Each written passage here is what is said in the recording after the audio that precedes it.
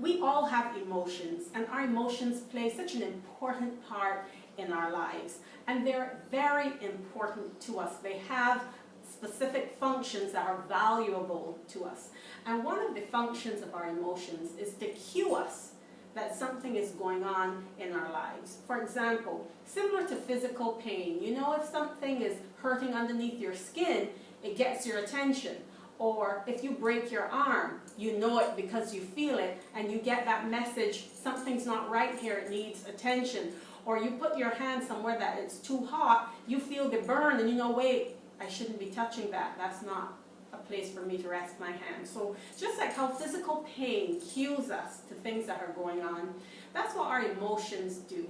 And what we typically characterize as negative emotions, fear, anger, anxiety, frustration, sadness, those emotions are meant to cue us that something is going on in our lives. However, what happens many times for many of us, and I think perhaps all of us at some point in time have experienced this, that our emotion takes over and becomes the lead horse. But our emotions are not meant to be the control center. Once we experience an emotion, it's meant to be informative. It's meant to let us know something is going on here. Just think about the time that you really got angry about something and your anger led you down a certain path. And when your anger had subsided, or you responded however you responded, then that feeling of, oh dear, did I really say that? Did I really go there? Oh man, I wish I hadn't have done that. That was the anger being the lead horse. But the anger is supposed to let us know something is not right. And then our thought pattern, our thought process, our healthy mind is meant to then help us to come up with a solution for what is going on.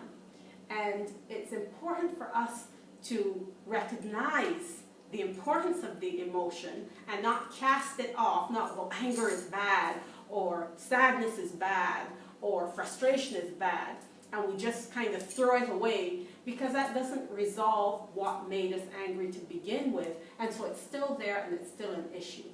So a more effective approach to handling our emotions, rather than ignoring them or letting them be the lead horse, is to go to be able to say, that situation really upset me. I felt that frustration just growing inside of me, or I felt that anger starting to take hold, or I'm realizing that I'm just feeling sadder and sadder and sadder all the time, or I feel sad when I think about that.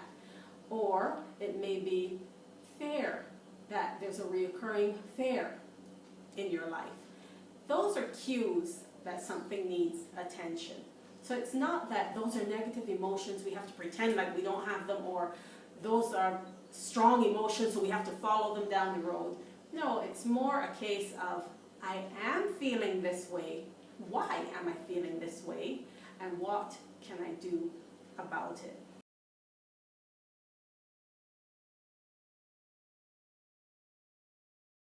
So I hope that encourages you today to remember that your emotions, even the negative ones or the seemingly negative ones, cue you that attention is needed in some area. And that emotion then is not to be the control center that tells you where to go now, but rather it just has cued you that something needs attention, and you decide on an effective and productive way to process through that emotion. And that may come with reading some good books, it may come with the help of good solid friends or spiritual leaders, and it certainly comes through God's